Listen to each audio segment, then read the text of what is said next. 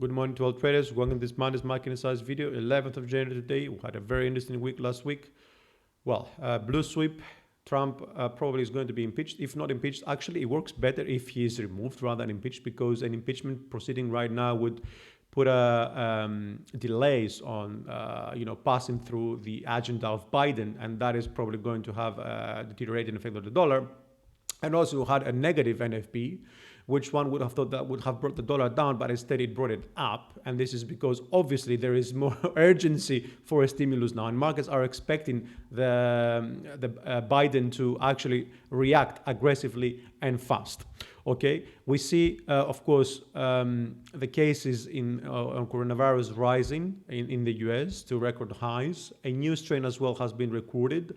This again is really showing how the rollout of the vaccination is critical at this moment, okay? Because a slow rollout means again that we're going to have more pressure on the economy, and then again, most likely another aggressive move from the administration. So we really need to balance these things out to really understand what's happening. Now, dollar keeps moving higher. It's very likely that it will continue moving higher, but the problem is that we need to take into account that inflation expectations are rising, and they might go to a tipping point where there is no return, and it's going to pretty much bust the bubble on the stocks markets, because valuations are still at the moment at pretty reasonable highs. But at some point, if they drop below like 3% or so, then there's going to be a problem. So the Fed might step in, and they have actually pledged to step in until at least in 2021 for the full year. Clarida said a few days back. If the Fed keeps stepping in, then we're not going to see anything extraordinary happening, right?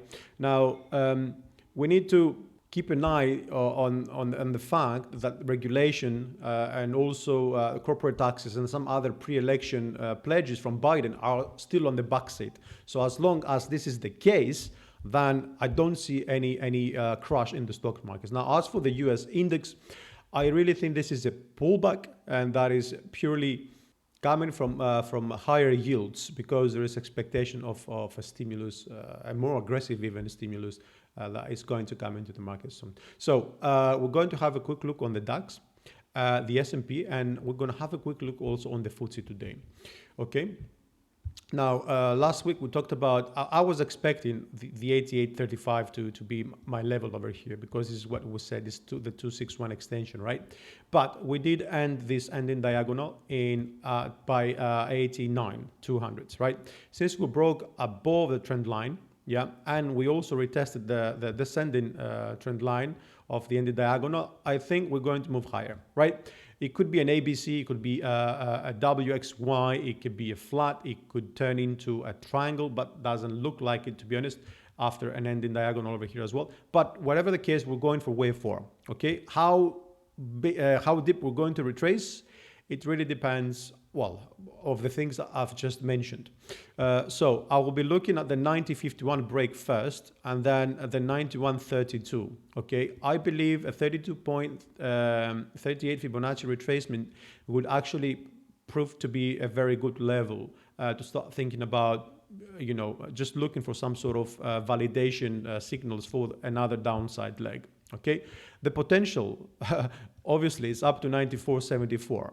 But I'm not sure that we're going to see the dollar rallying up to these levels with the current state in the economy. Okay, so that's what I'm looking here. Now for the S&P, we called the wave B being done last week, yeah, and that was the case actually, which brings us back to our scenario that this is an ending diagonal indeed. We've got A, B, and we're expecting wave C. Okay, now if we take the Fibonacci extension for that last move, since A and B are done, okay, and we want to go to the 61, that's the 39.92 for, let's call it the 4K first. And then we'll go to the 100 Fibonacci, which is 41.96. Okay, and then from there, of course, we need to start looking for higher levels once we get there. But for the time being, I'll be looking at the 39.92. We need to have a look at how this impulse is going to develop on the upside. Okay, we need to get a retracement. We need to understand whether this is the alternative the lure of destination, whether this is going to be a sharp move or not. Okay, so until we get some sort of triangle or a flat, we're not going to know where exactly we stand.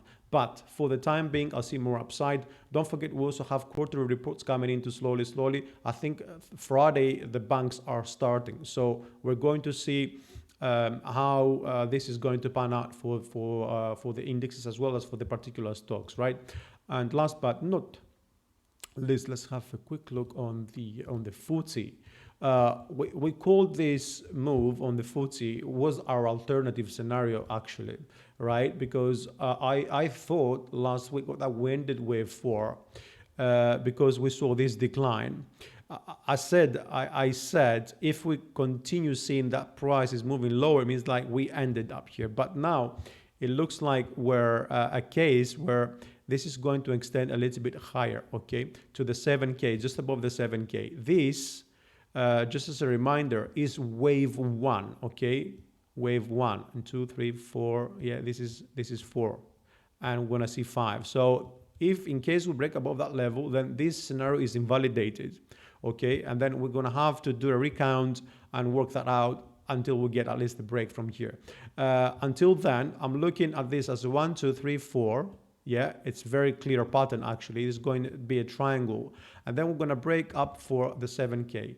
If that is a 7K indeed, then we're going to start moving lower, and we'll have like a long-term decline here. That's going to take us, let's have another look. Well, it's going to take us down to the 47.55 at least. Okay, so this would be all for the day. If you have any alternative account in mind, please also make a comment. I'll get back to you as soon as I can. Thank you for watching, and we'll speak again tomorrow.